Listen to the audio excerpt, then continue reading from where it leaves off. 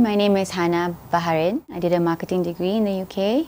I went to Hull, studied there, finished my degree, came back and straight away went into advertising for work. I used to work in a Japanese advertising agency between the creative and the client. In advertising, the culture is for you to work almost 24 hours a day.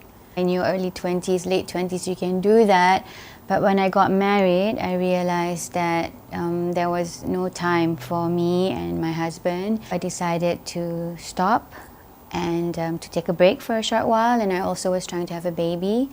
So when that happened, when you're at home and you're in the kitchen left alone, you start fiddling around with your KitchenAid and your mixer, and that's when I realized my love for being in the kitchen, being at home and working from home.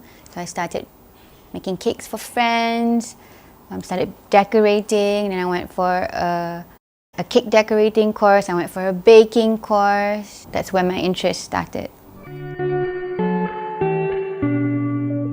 I've started my own brand called Hanna Baharin. I make wedding cakes and I sell them, and I have my own Instagram account, which is my platform where I sell my cakes. And I've also started teaching cake decorating since then.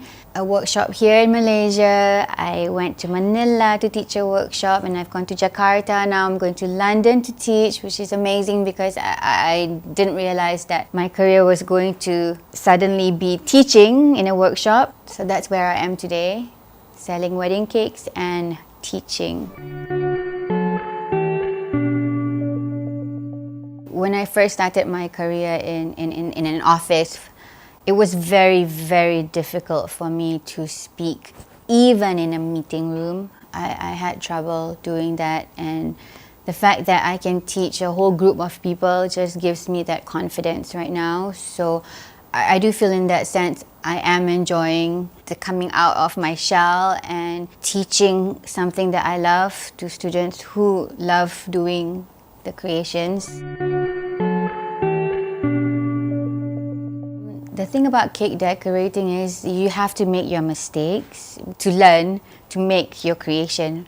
I guess everybody has to make their mistakes to learn. And my biggest mistake when I first started was when I said, yes, please let me do your 10th year anniversary cake. Super confident to do that. And when I did that, I really messed up the cake. So for me, that was my biggest challenge. And from then on, I had to make sure that I didn't make that mistake again, that I knew what I was doing, that I prepared myself better. And it was all a learning process. I suppose since then, there has been so many different types of challenges.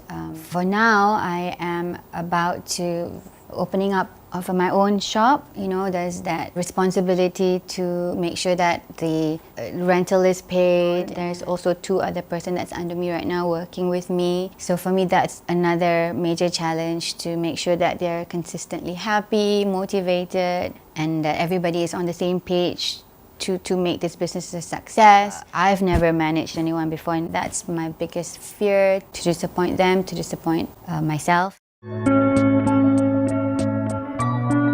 I know what my strengths are and my weaknesses. I focus on my strength and I admit my weaknesses. So I realized that I do need extra help to make this business a success. I've reached out to a personal coach to help me get through my challenges day to day. Having somebody to talk to reassure me that what my decisions are okay, that I'm not, not just making a mistake, but I feel confident with what I decide.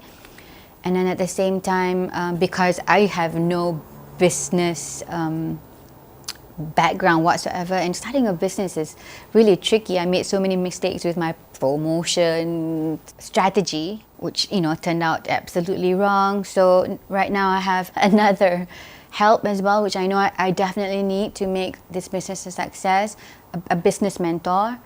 So I have a personal coach, a business mentor. I have 2 fantastic people that are working to help me create this business. You need the emotional support, you need the business support, and I have that support, so I feel very blessed.